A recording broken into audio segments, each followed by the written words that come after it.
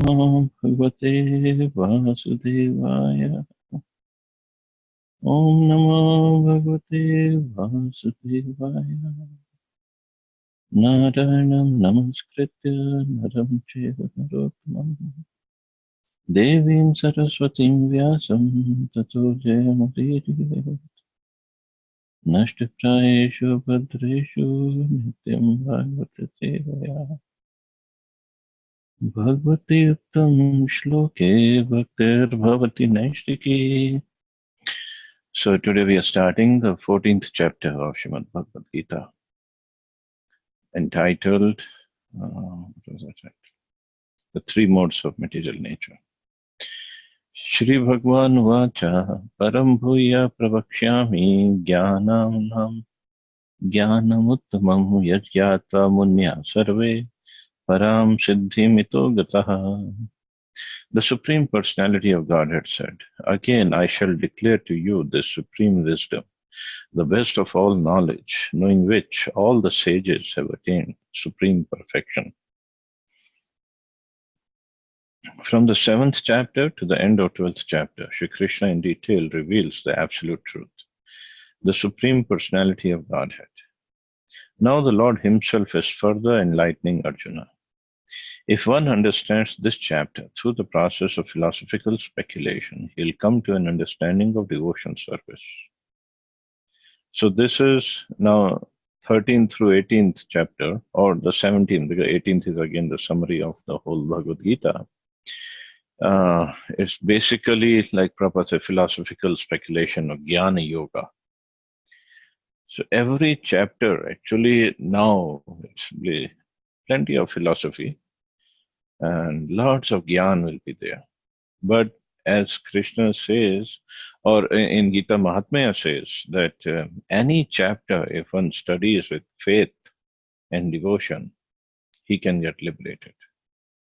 This is how powerful Bhagavad Gita is. So even just understanding the three modes of material nature in this chapter, one can get liberated. So Prabhupada is saying, if one understands this chapter through the process of philosophical speculation, he will come to an understanding of devotion service. In the 13th chapter, it was clearly explained that by humbly developing knowledge, one may possibly be freed from material entanglement. It has also been explained that it's due to association with the modes of nature that the living entity is entangled in this material world. Now, in this chapter, the Supreme Personality explains what those modes of nature are, how they act, how they bind, and how they give liberation. The knowledge explained in this chapter is proclaimed by the Supreme Lord to be superior to the knowledge given so far in other chapters. By understanding this knowledge, various great sages attained perfection and transferred to the spiritual world. The Lord now explains the same knowledge in a better way. This knowledge is far, far superior to all other processes of knowledge thus far explained. And knowing this, many attained perfection. Thus, it is expected that one who understands this 14th chapter will attain perfection. This is how important, in fact, every chapter of Bhagavad Gita is. And this knowledge, of course, Krishna in 9th chapter, he says, now I shall explain to you, and after learning, there's nothing else to be learned. There's no knowledge needed afterwards. So here he says, again I shall declare you this supreme wisdom. Means he's going to explain it again, the same thing, but with a different point of view. Text 2. Idam jnanam upashitya mam sadharmyam agataha sarge api nopajayante pralayana vyataranti cha. By becoming fixed in this knowledge, one can attain to the transcendental nature like my own. Thus established, one is not born at the time of creation or disturbed at the time of dissolution. So that's why knowledge is very, very important. It's this spiritual, scriptural knowledge. Because by knowledge, one becomes fixed, determined, established, or dhira, sober. So that's why we should try to get knowledge, and that too knowledge if we get from Prabhupada's books, because Prabhupada has given everything very clearly and in very simple words. And when we get this knowledge from Prabhupada, then we're getting first the knowledge in parampara, in the disciplic succession, and then getting the proper knowledge in a very simple to understand language that Prabhupada used. And then that's why it will be very effective and one will be fixed. After acquiring perfect transcendental knowledge, one acquires qualitative equality with the Supreme Personality of Godhead, becoming free from the repetition of birth and death. One does not, however, lose his identity as an individual soul. It's understood from Vedic literature that the liberated souls who have reached the transcendental planets of the spiritual sky always look to the lotus feet of the Supreme Lord, being engaged in his transcendental loving service. So even after liberation, the devotees do not lose their individual identities.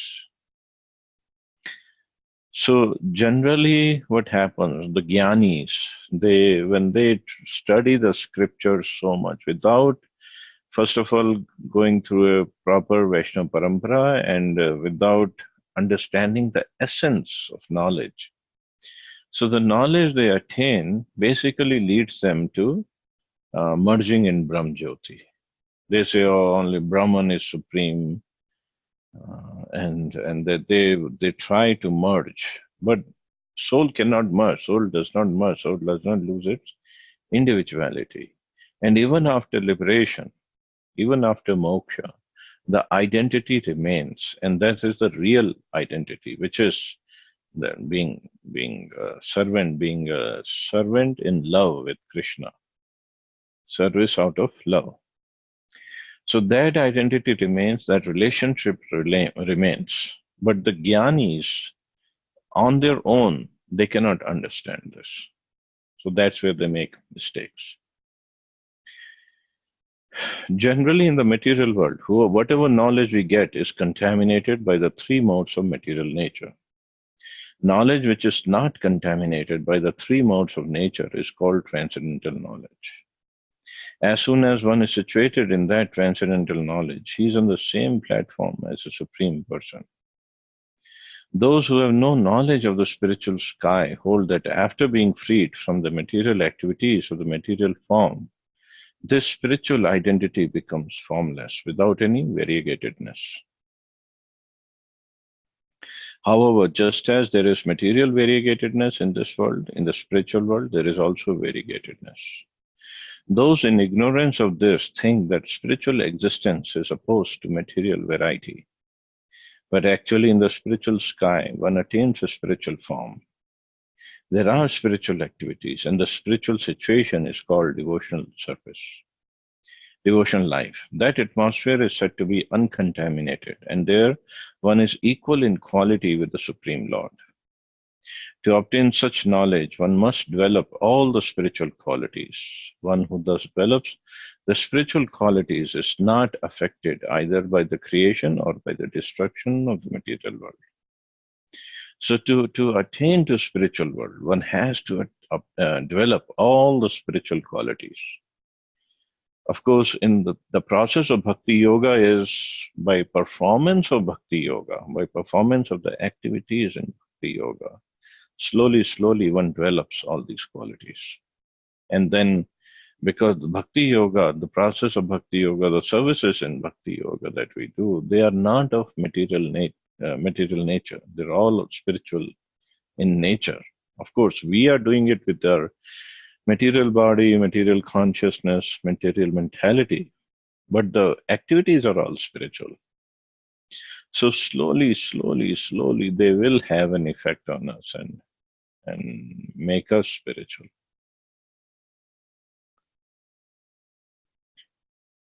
So, so this is what Prabhupada is saying that in the spiritual world, there is no inability, means it's all pure, all perfect. So to get to that point, to get to that life, to get to that world, one has to become perfect, all pure also. Text number 3. Mama yonir mahad brahma tasman garbham dadami aham sambhava sarva bhutanam tato bhavati bharata. The total material substance called Brahman is a source of birth, and it is that Brahman that I impregnate, making possible the birth of all living beings, O son of Bharat. So Brahman is a source of birth, which means the total material substance. So from Brahman comes when the material substance is unmanifested, it's called Pradhan. When it becomes manifested, it's called Mahatattva. And then from there, all the variegatedness comes, and all the different varieties, 3 modes of material nature, or the 8 elements, the senses, everything appears from that. And Krishna says, it's that Brahman that I impregnate. Means Jyoti on its own cannot do anything unless Krishna sends the souls in that. And that's what makes possible of every activity in the world. This is an explanation of the world. Everything that takes place is due to the combination of Kshetra and Kshetrajna, the body and the spirit soul. This combination of material nature and the living entity is made possible by the Supreme God Himself.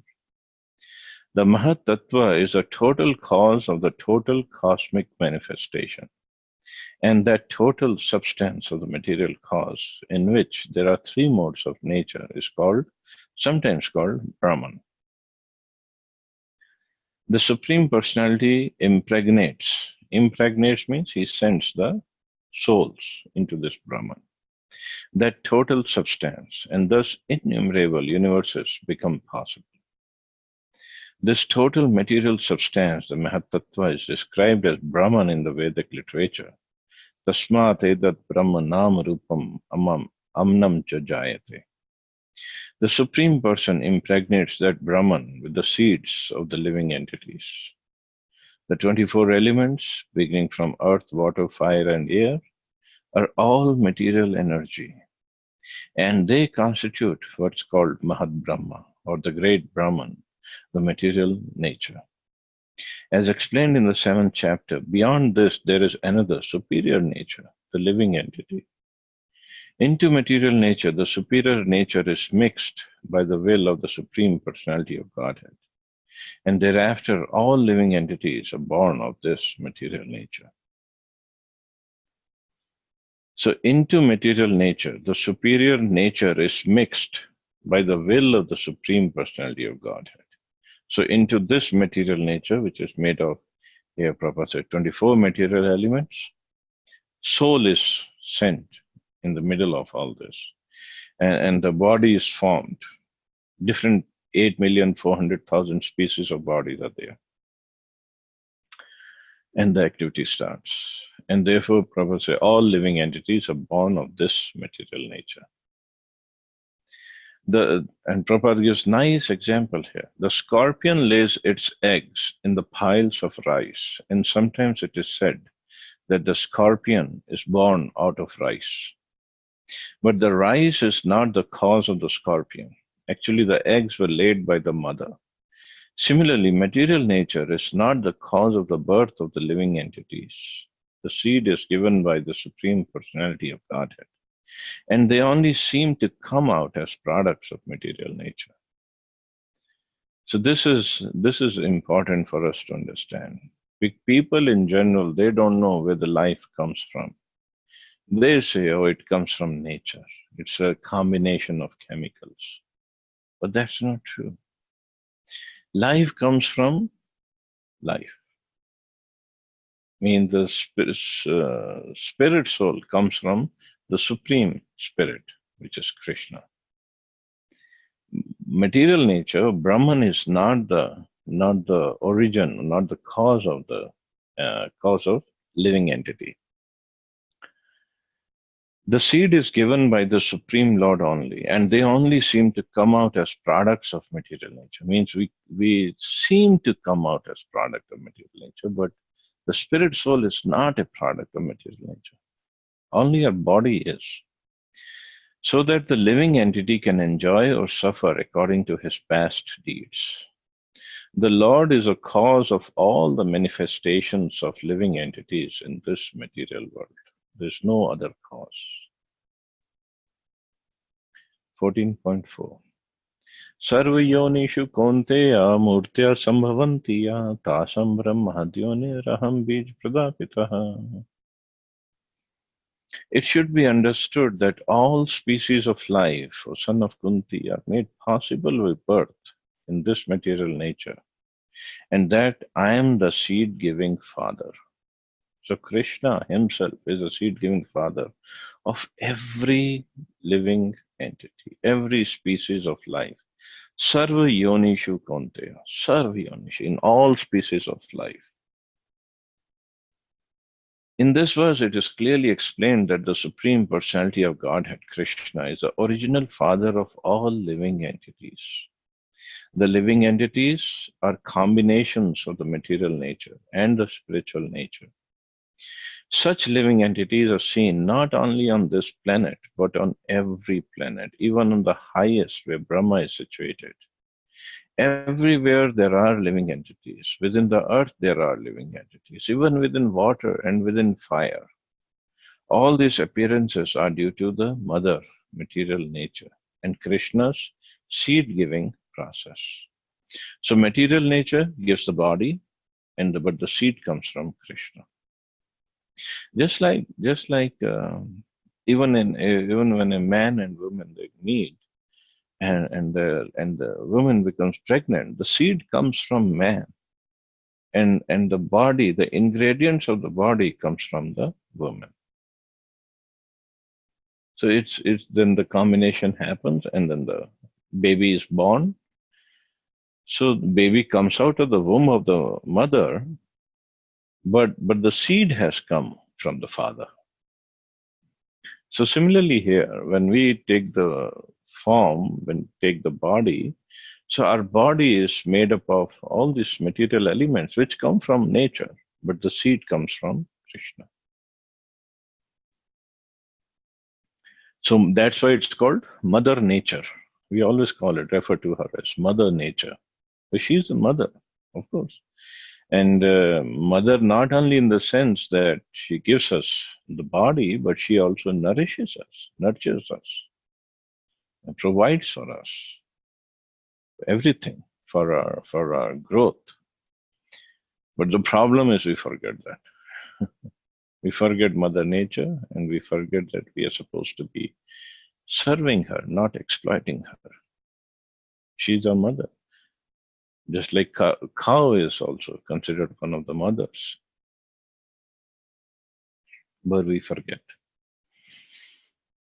The purport is that material world is impregnated with living entities who come out in various forms at the time of creation according to their past deeds.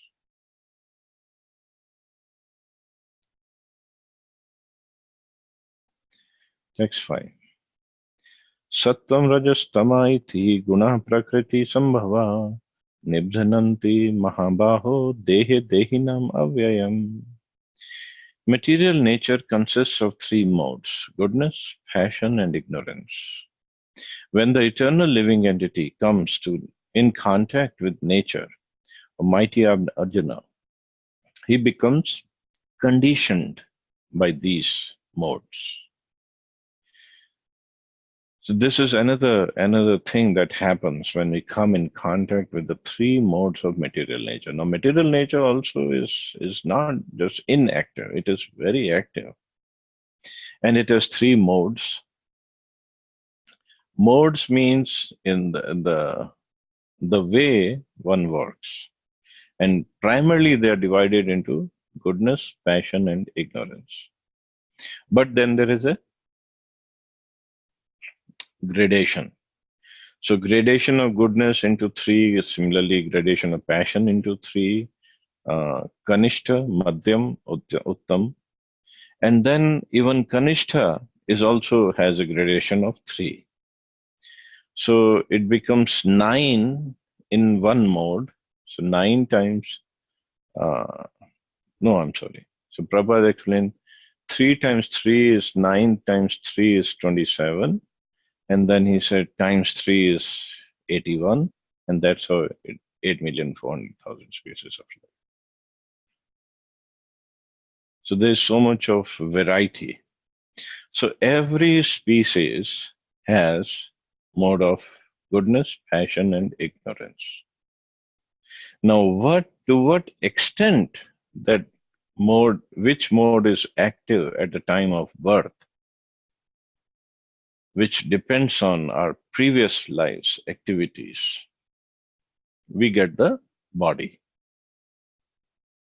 And to the extent that we have the impressions from the previous many lives in our consciousness of which particular mode or which particular desire. So now suppose because of our at the time of death we had a consciousness of, say, a dog. So that permutation combination of 3 modes of nature is for dog. Now, even in dogs, there are varieties. So even in dog, we fit into one particular variety and we take the body of a dog. Now he has consciousness from previous so many lifetimes and he has sanskaras and he has impressions of different desires. Now, as a dog also, he will have a different kind of inclination towards certain things. Of course, in the form of a dog, anything less than the human being, all his activities will be controlled by the nature. He has no independence, anything less than human being. But still, even among dogs, we can see there is a variety. All the dogs are not the same. There is a variety, and there is a difference in life of every dog. It depends on the karma. Some dogs get to be either born or taken up by rich families where they really take good care of those dogs. And some dogs are street dogs and they get beaten up on the street, they get killed on the street. So that's why it was they're saying every dog has its day. Uh, what it means is, I mean, okay, even at the time of death, we had the consciousness, we got the body of a dog, but the life of in the body of dog, that depends on the previous karmas. But the material modes of nature, they are so powerful that that's why Krishna says, Devi hi esha gunamaya, mamaya dhrityaya. This energy of mine is difficult to overcome. Why? It's my energy. Devi esha gunamaya. So it's very difficult to overcome. What happens is these modes of nature, they sound like they're just the modes. There's nothing so special about them. But they cover the consciousness of the soul. And they cover him so nicely that the soul, although it's spiritual, although it is superior to material nature, it's not inferior. Soul is superior to material nature. But when these modes take over, they cover, the soul forgets his real identity and he starts identifying with the body he is in. And the body is made up of material modes of nature. So, like I was giving the example of a dog, the soul, suppose in that body of dog, suppose the soul is of the form of a human being. So that soul forgets that he is a human being. And because his consciousness completely covered over by these material mode, and he acts like a dog. He not only acts like a dog, he lives the life of a dog. He does all the activities of a dog, although he's not dog. The soul is not, in that body. It's very mind-boggling actually. And it so happened once I think we have read this story before. Once Indra, he got cursed by his guru, and uh, and he had to take the life of a hog or a pig on earth. And when Indra became pig on earth, there was nobody to rule over on his in the Indralok. So for a while it went on, but then all the demigods they approached Brahmaji that no, there's a chaos going on without Indra being here in his position. So why don't you go and call him back? So Brahmaji said, okay. Brahmaji came on earth. He was sitting on his Hansa Vahan, Hansa, the carrier, and he saw Indra as a hog, and he was really enjoying. He wasn't pretending to enjoy. He was really enjoying the life of a hog, and he was in the middle of the stool, and he was eating the stool. He had his wife and the kids, and they all were enjoying the dirty stool. Of course, for us it is dirty. For pig or hog, it's like chapan bhog. They cannot get rid of it, and they cannot have it enough. So Brahmaji, now he understood this is Indra. So he started talking to the soul of Indra in the body of a hog. And Brahmaji told him, Indradev, what are you doing? You're completely in Maya. You come back. This is not you. Now Indra had forgotten that he was Indra. The soul had forgotten. Now, he was thinking he's hog. So he told Brahmaji, what do you mean come back? This is my life. Look at my wife. She's so sweet, so beautiful. Look at my kids. Little porkies. Of course, in the cartoon, we show them porky, like pork, like hog. But from a human perspective, it's very despicable state. But from Hog's point of view, this is the best life. And he said, I have my kids, they're so sweet, so beautiful. Look at the nose, look at their tails, so curly tail they have, and this and that. And Brahmaji, Indra, you idiot, rascal. I mean, this is my addition. Brahmaji didn't say like that, I'm pretty sure. What are you doing here? You're not a hog. Come back to heaven. And Indra, as hog, said, in the heaven will we have this stool party? Brahma, there is no stool in heaven. Everything is so nice and clean and spick and span. And Indra said, I'm not going back if there is no stool. Brahmaji said, this guy is not listening. Brahmaji took out his Brahm Danda and killed that hog, or killed that body, and took the soul, Indradev, back to Indraloka. And then Indra realized he was Indra. So this is what it is. These modes of nature, they are so strong, so strong. Although they are inferior to the spirit soul, but they become stronger, and then take over, and then we act beautifully as that product of the material modes of nature. We are not products of material modes, but we act like that. And this acting is so real. It's amazing. So some of us act like men, some of us act like women, some of us Hindus, some of us Muslims, Christians, or Jews, or Parsis. But it's all material modes, nothing else. Some of us act like white men, black men, yellow men, brown men. Oh, I'm Chinese, so I have to work for the country of China. Anybody who's enemy of China is my enemy. But you're not this body. You're not Chinese. You're not Indian. It's like in India, or most of us believe, Pakistan is our enemy, and Pakistanis think Indians are their enemy. But you're not either Indian or you're not Pakistani. But that part to come into our consciousness, it's very difficult. Why these modes of nature are very, very powerful.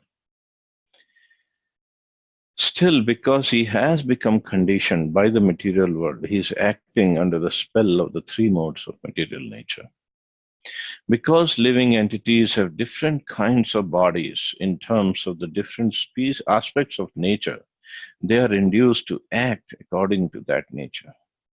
And this is the cause of the varieties of happiness and distress.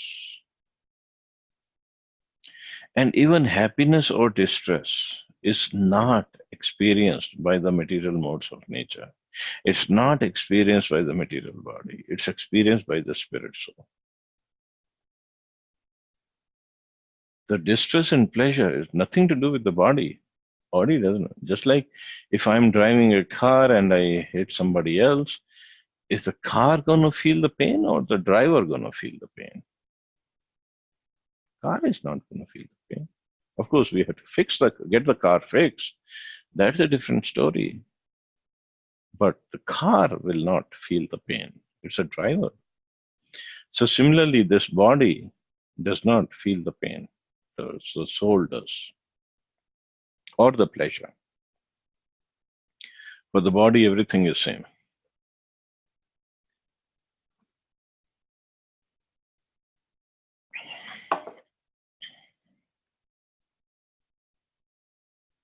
Text 6. तत्र सत्त्वं निर्मलत्वात् प्रकाशकम् अनामयम् सुखसंगेन बध्मति ज्ञानसंगेन चानघः. O sinless one, the mode of goodness, being purer than the others, is illuminating, and it frees one from all sinful reactions. Those situated in that mode become conditioned by a sense of happiness and knowledge. So even mode of goodness, some description is given here. It's very good. Goodness means a person is very nice, very good, but still it's a mode. And in Hindi, it's given a nice name. It's called guna, three guna, trigunya. So sattva, rajas, tama. Sattvagun, rajagun, tamagun. But guna, another meaning of the word guna is rope. So a person is bound by the ropes of these three gunas, these three modes. So even the mode of goodness is good, but a person will be bound by that also because it's a material mode. The living entities conditioned by material nature are of various types. One is happy, another is very active, another is helpless.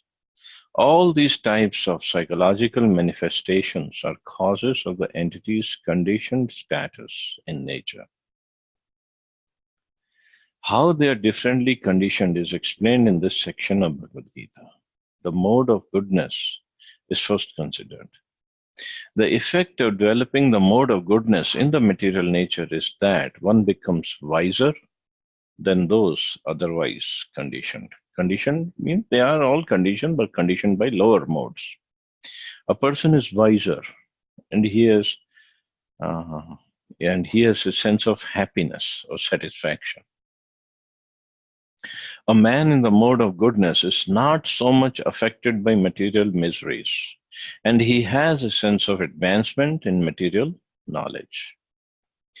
The representative type is a Brahman who is supposed to be situated in the mode of goodness. This sense of happiness is due to understanding that in the mode of goodness, one is more or less free from sinful reactions. So all the sinful reactions or actions or reactions, they happen in the mode of passion. not in happiness, not in goodness. Actually, in the Vedic literature, it is said that the mode of goodness means greater knowledge and greater sense of happiness. So it's one gets more happiness in mode of goodness, and he has lots of knowledge. The difficulty here is that when a living entity is situated in the mode of goodness, he becomes conditioned to feel that he is advanced in knowledge and is better than others. In this way, he becomes conditioned. Conditioned, what does it mean, conditioned? When Prabhupada uses this word so often, so very much. Conditioned means his conditioning means he becomes accustomed. He lives the life of a person in the mode of goodness. But the soul is beyond this. The soul is all goodness, pure goodness. There is goodness and then there is a pure goodness. For example, mode of goodness, person will have knowledge, like here it says in the purport. But pure goodness or transcendental level, which is called Shuddha Sattva, Vasudeva Sattva, person will have knowledge, not only knowledge, but he'll have bhakti also, or at least he understands his spiritual position. Not just bookish knowledge, but he'll have transcendental knowledge. So that is pure goodness. And he will not be conditioned, means by this Vasudeva Sattva or Shuddha Sattva platform. There is no conditioning then. All the conditioning is gone. He becomes free, that's why it's said he becomes liberated because he's in Shuddha Sattva platform. He comes into his actual original position instead of acting in the mode of goodness. The best examples are the scientist and the philosopher in the mode of goodness. Each is very proud of his knowledge, and because they generally improve their living conditions, they feel a sort of material happiness. This sense of advanced happiness in conditioned life, makes them bound by the mode of goodness of material nature. As such, they are attracted towards working in the mode of goodness. And as long as they have an attraction for working in that way, they have to take some type of body in the modes of nature. Thus, there is no likelihood of liberation or of being transferred to the spiritual world.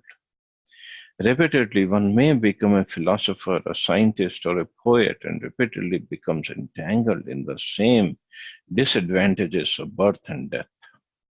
But due to the illusion of material energy, one thinks that that sort of life is pleasant. Or another, just to explain it, understand it better, goodness and Shuddha Sattva, transcendental goodness. Suppose a devotee, let's take a devotee, not the jnanis or the yogis.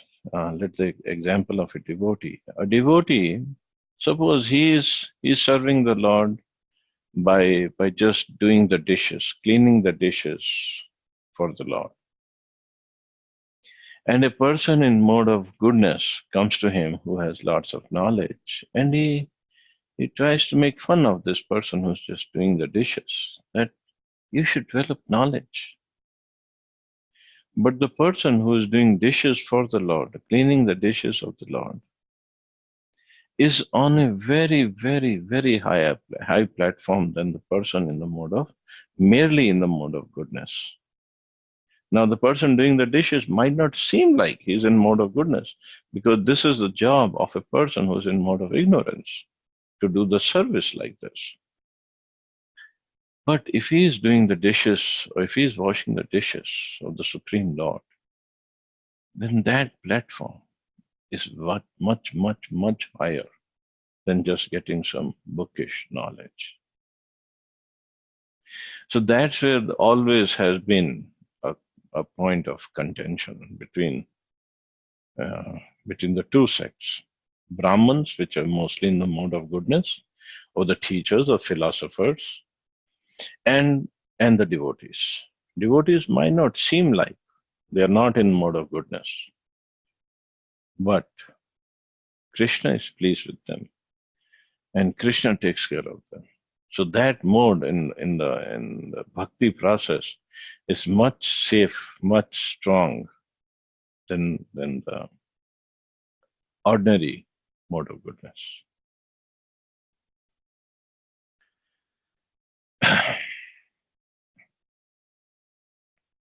Text 7. Rajo ragatmakam viddhi trishna sanga samudbhavam tam nibdhanati kaunteya karma sangena dehinam.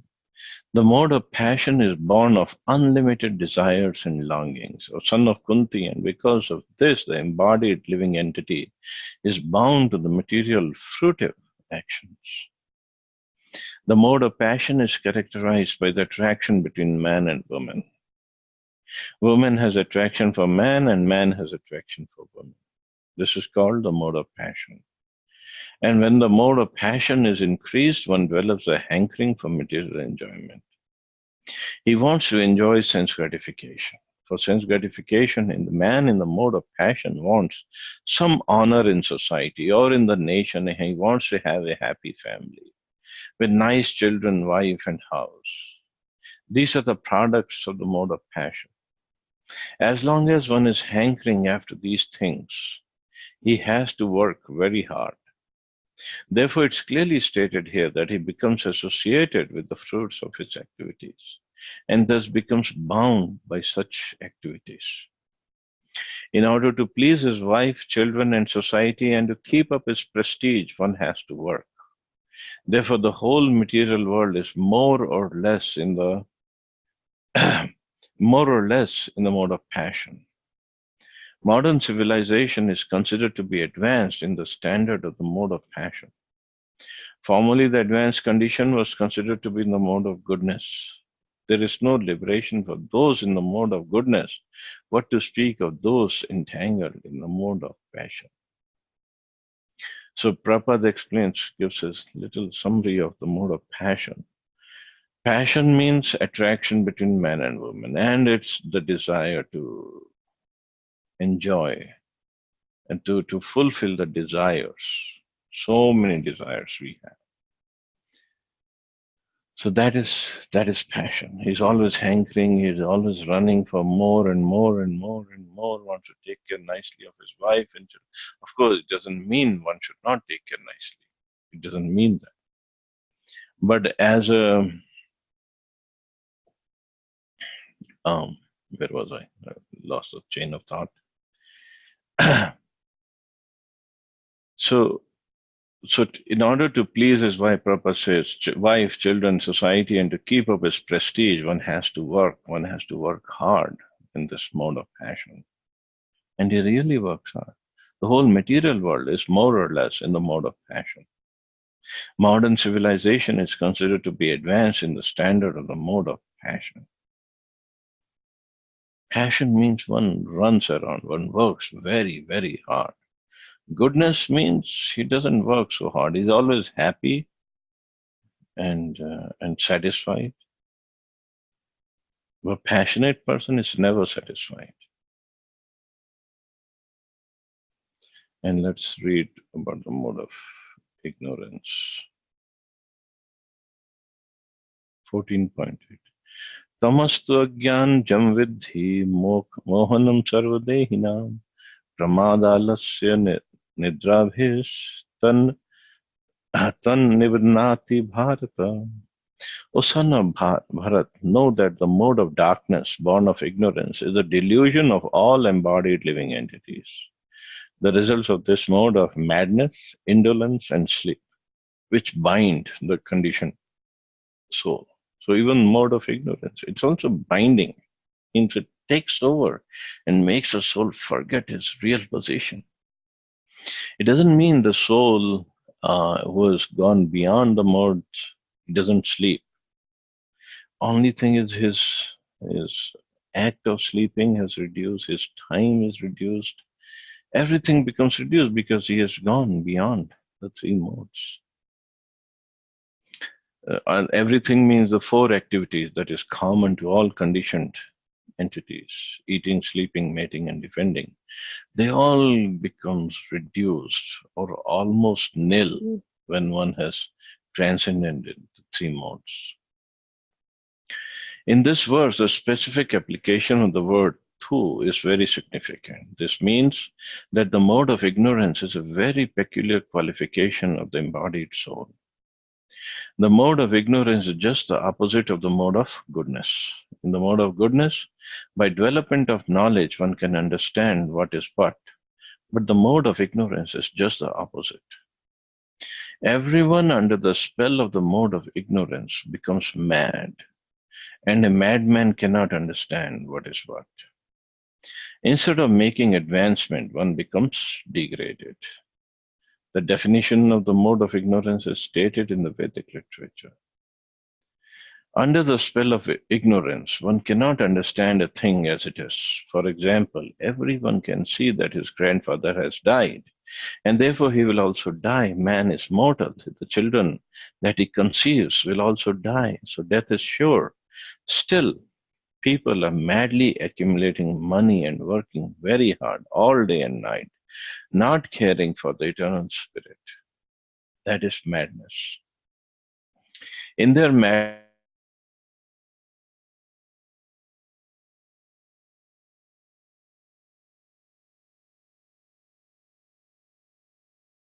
people are very lazy, and when they give to stand, not much interested. They're not even active like the man who's controlled by the mode of passion. Thus, another symptom of one embedded in the mode of ignorance is that he sleeps more than is required. 6 hours of sleep is sufficient, but a man in the mode of ignorance sleeps at least 10 or 12 hours a day. Such a person appears to be always dejected and is addicted to intoxication and sleeping. These are the symptoms of a person conditioned by the mode of ignorance. So he's addicted to intoxicants and sleeping, and he's lazy. He doesn't want to do anything. That is mode of ignorance.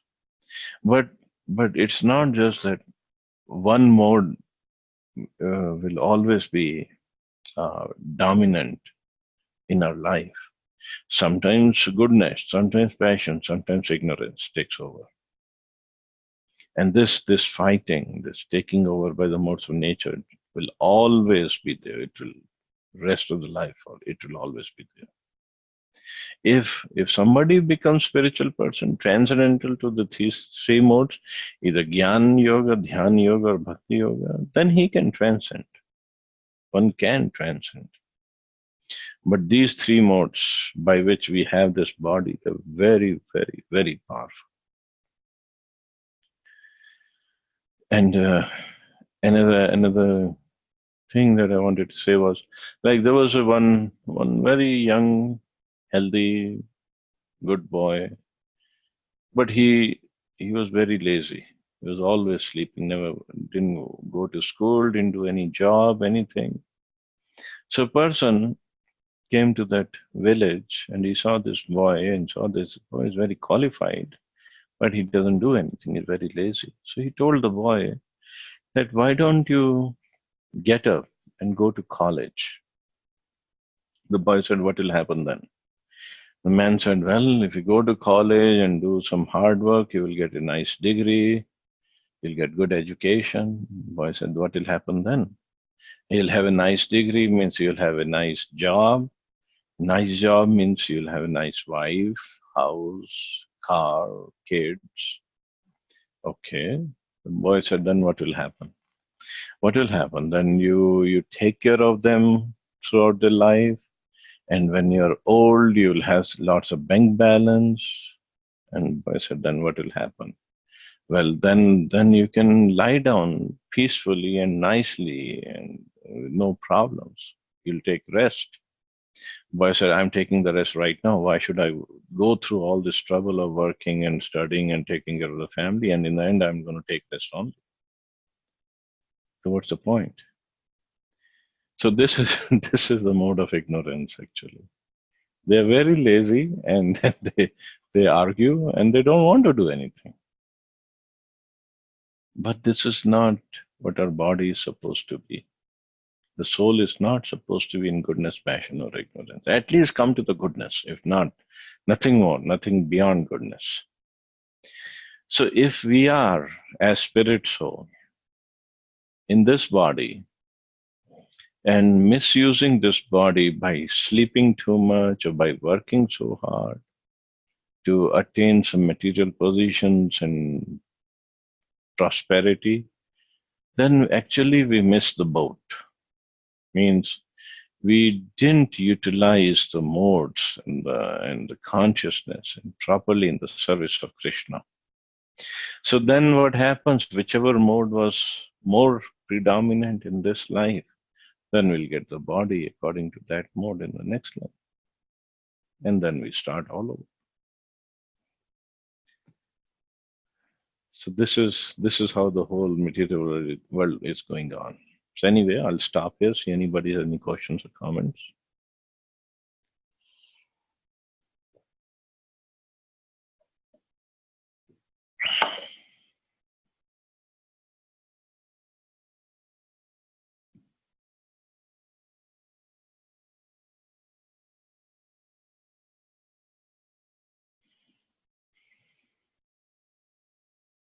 Hare Krishna Prabhuji.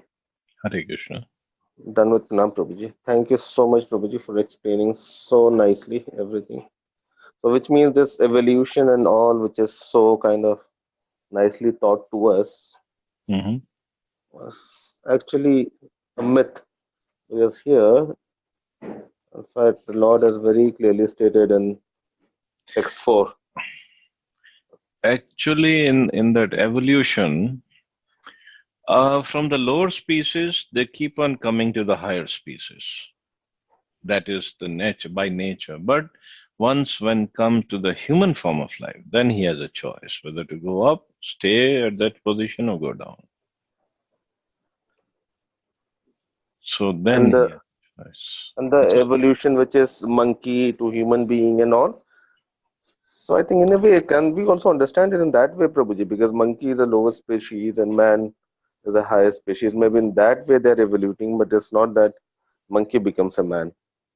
Yeah, actually, it is a transfer of the soul, not the body it transfers. From monkey, actually, three animals: tiger or lion, cow, and monkey. The next birth is of human being.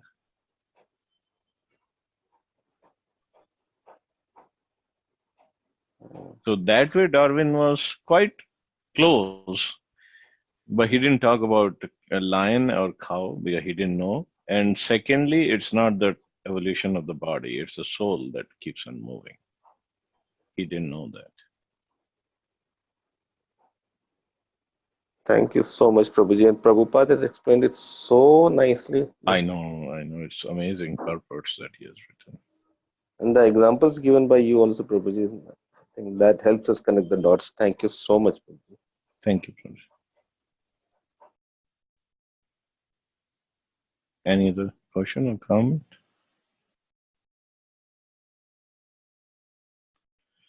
So we'll stop here.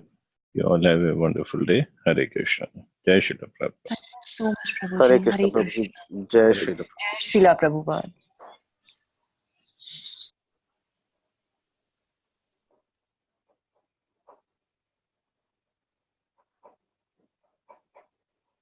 Hare Krishna Prabhu. Hare